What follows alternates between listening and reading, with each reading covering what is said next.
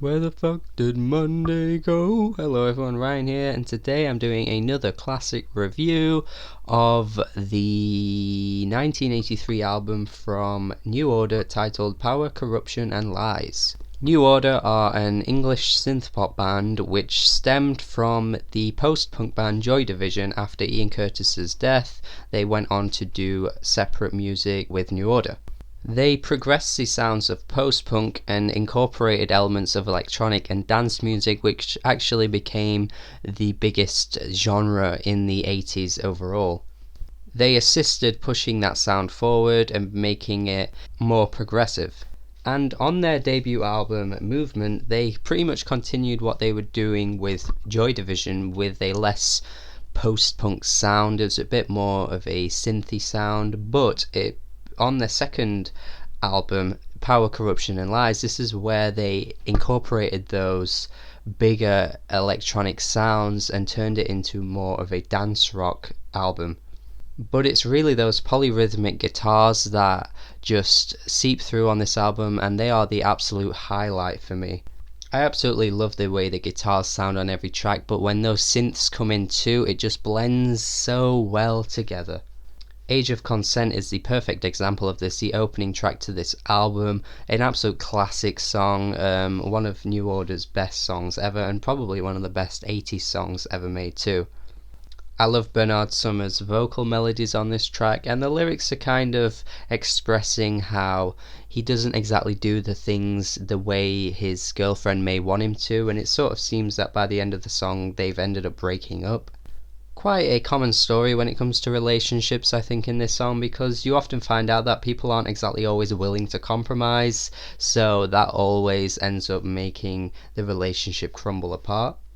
But this isn't a cliche relationship song. I think he pulls out a unique take which I really appreciate.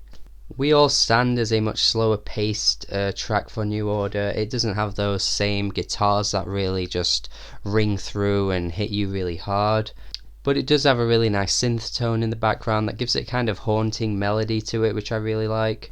But then we get to the track The Village, which just has a classic New Order synth sound to it. The electronics really come through on this track, and it's actually very similar to their biggest ever song, Blue Monday.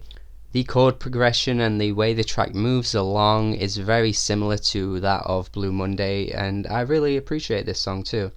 I appreciate it for the poetic lyrics on this track. There are some really good lines. I really like how he says that, their love is like the flowers, like the rain, the sea and the hours. That's a really nice lyrical moment. And then he compares the love to earth, the sun, the trees and the birth. I think this track is actually my favourite lyrically written song on the whole album. And then 586 follows a similar pattern to The Village. I think the bass line on this song really comes through. I absolutely love the way the bass sounds. And that refrain that continues to just come in the song over and over again. It never gets boring though. I heard you calling. One thing to say about New Order is that I always feel like they were very influenced by Kraftwerk, the German electronic band that pretty much pioneered electronic music. And Your Silent Face has a very similar synth melody to that of what would appear on Trans-Europe Express, which is one of the most celebrated albums by Kraftwerk. Also sonically similar to what Jean-Michel Jarre was doing on his electronic work too. But then after that we get Ultraviolence, which goes back to those polyrhythmic guitars just pulsating through the track, which again is part of some of my favourite moments on this album, as I've already said. And Ecstasy is probably the weakest track on this album, honestly. The vocals are kind of like there in the background, but they're hard to kind of understand what he's saying, and they're not really that interesting either. And I think the instrumental is probably the weakest on the whole album here as well.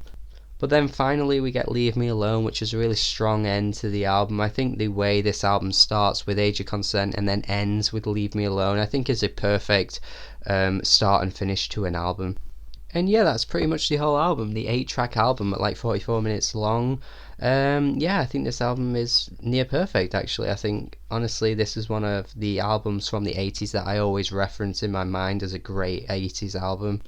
New Order in general are just an essential 80s band that everyone must familiarize themselves with, because you'll see how the direction of 80s music went, you'll see how influential they were on that sound. And please make sure you give this album a listen. I'd say it's an easy A from me. Yeah, one of my favourites of all time, really. I think this is a fantastic album that you've got to hear.